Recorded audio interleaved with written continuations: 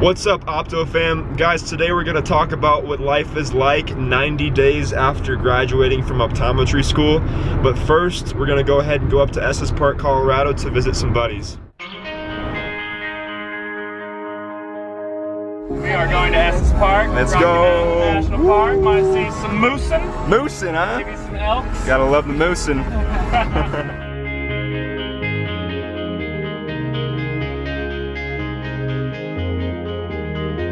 Hey Opto fam, so it's about 90 days since I've graduated and I'm currently waiting to be credentialed.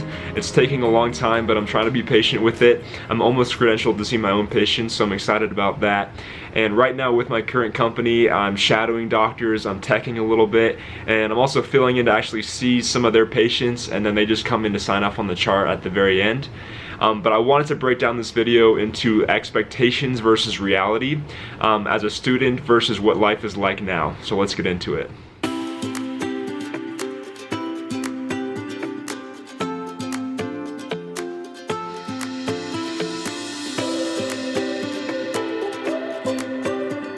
How cold are we, Ryan?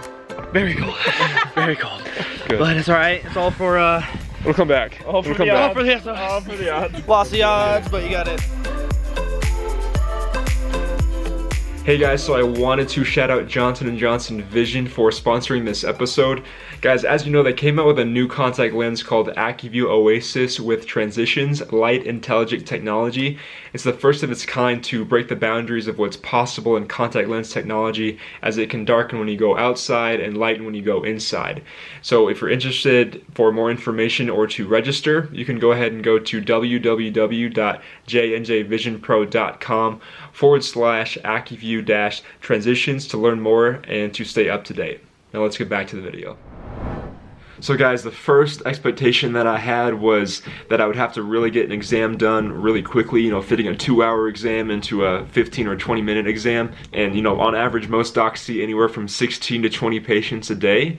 But the reality of that is that you're not a one-person show. You usually have a technician that's doing your case history and entrance testing, and then they come grab you, you walk in, you start refracting and doing the health portion. And by that time, when you start refracting, most of the time, the next patient is being worked up. So it's a good flow. I think most offices work that way. In addition to that too, you're not doing every test that school makes you do. For instance, you're not going to be doing NRA and PRA on every single patient, but you know, if somebody does walk in with a binocular vision concern, you have that in your back pocket to use.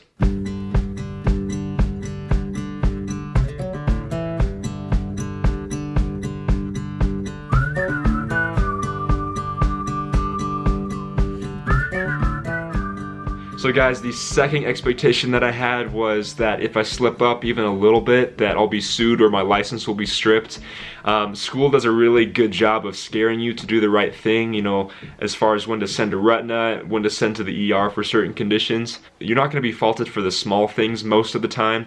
So for instance, if say a patient walked in with GCA and you forgot to document that they had an APD, you're not going to be sued if you forgot to document that. But you might be sued if you don't take care of the patient with that condition. So as long as you know the big cases and how to maneuver and take care of that patient, that's what matters the most. The small things don't always matter that way though.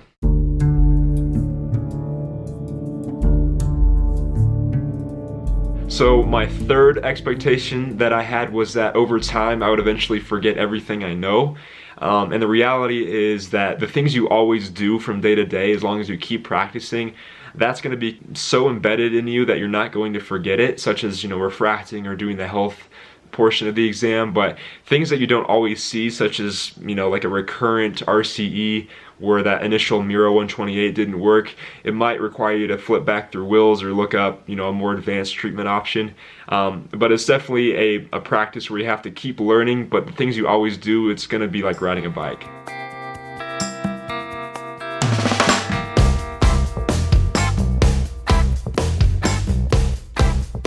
So guys, my fourth expectation I would say is that good optometry directly equals good patient care.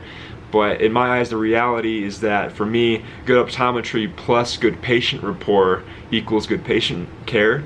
And the reason I say that is that, you know, most routine patients, when they come in for glasses or contacts, don't necessarily need to know or want to know that everything on their anterior segment is healthy and normal. They might care about that a little bit, but I would say it's really important to match your patient's vibe as far as developing rapport and a connection.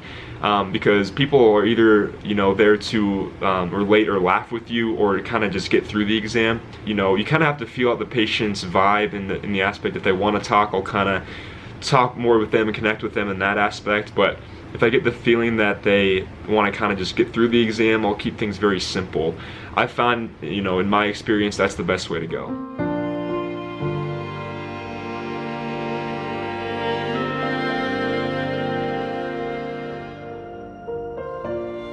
So my fifth expectation, I would say, is that I had this idea that I would have to give the best eye exam to every single person for the rest of my career.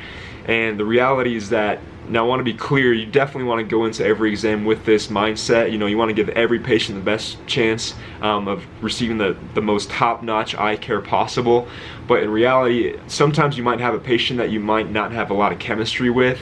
And sometimes it's not necessarily you. You were chosen to become an optometrist because of your engaging personality and care. And chances are, if you can't connect with somebody, sometimes it's just on their side. So try not to be so hard on yourself, but definitely have the mindset that you want to give everybody the best patient care as possible. So I also want to go off on a little tangent and mention things that I've noticed about life as an optometrist. And number one, I would definitely say, is patience. Healthcare is going to teach you patience whether you like it or not, and even if you think you're a patient person, which I thought I was, there's definitely levels to it. When you think about, being patient with your front desk to check the patient in right, to being patient with having your technician work your patient up, and to being patient when you listen to your patient in front of you. I'm saying patient a lot, but even if when people tell you concerns that might not necessarily change your treatment plan for them, you have to have a listening face, and you have to just be really, really careful about how your body language comes off and your tone comes off if you're becoming short with your patients. So number two, I would say, is that optometry is a very social job. If you're not talking with your patients, then most of the time you're talking with your coworkers. And as a student, you don't really expect that, because you get in such a mindset of studying for hours on end for so many years, and then all of a sudden you enter into the real world and you're talking a lot of the day. So it's just an adjustment that you have to get used to if you're not already. So number three, I would say, is that doctors have different takes in eye care, and which is not always a bad thing. I would try to learn as much as you can from every doc that you interact with, whether it's a good thing or a bad thing. Take their good habits, resist their bad ones, and over time you'll naturally develop your own style of care, and you'll find out what works for you and what doesn't in time. So number four, I would say, have an urgent cases document. I actually made myself one. It's just a simple Word document of the most important things to always know on the spot, whether it's a retinal issue or a nerve issue or whatever, just so that, if you happen to see something scary and you don't really remember what it is, you're not having to flip through a Will's eye and try to find the page in time to, to help your patient. So I have one actually on my email. It's in a folder just in case I need to pull it up really quickly, and I might even print it out and keep it in my office too. Number five, I would say, is forget being perfect.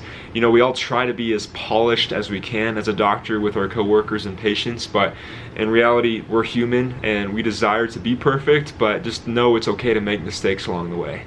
So number six, guys, I would say, is that the best offices have the ones where coworkers laugh a lot and your patients feel satisfied. It kind of goes along with that cheesy saying where, you take your job seriously but not yourself. And I definitely think that's true. If you can make a fun work environment while being professional at the same time, I definitely feel that you can go the extra mile and have more stamina with your patients as far as building a connection and even optimizing your treatment plan for your patients. So guys, this actually ends the Vision series. I've really enjoyed sharing my experiences and making content for everybody. I really appreciate all the support and the questions that you all have asked. I might be doing a different vlog style in the future, but I know we're all going to be great eye doctors down the road. And as this next generation of optometrists, I want to make sure that we are as bold, as passionate, and as hungry as we can to be the absolute best eye doctors we can for our patients, for our community, for our field. And I really hope that we can address that and keep our field strong, take care of people, and have fun along the way. Thanks for listening.